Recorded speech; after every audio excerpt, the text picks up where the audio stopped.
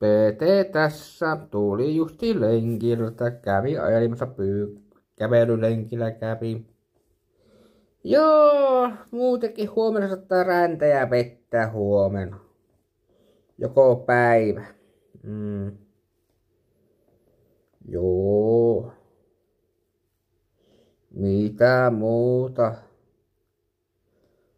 Ei tässä hemetellä.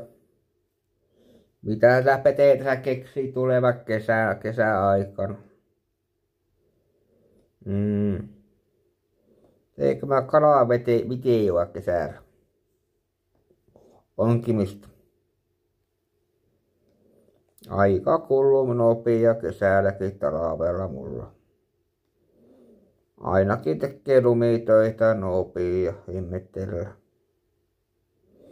Juu, ainakin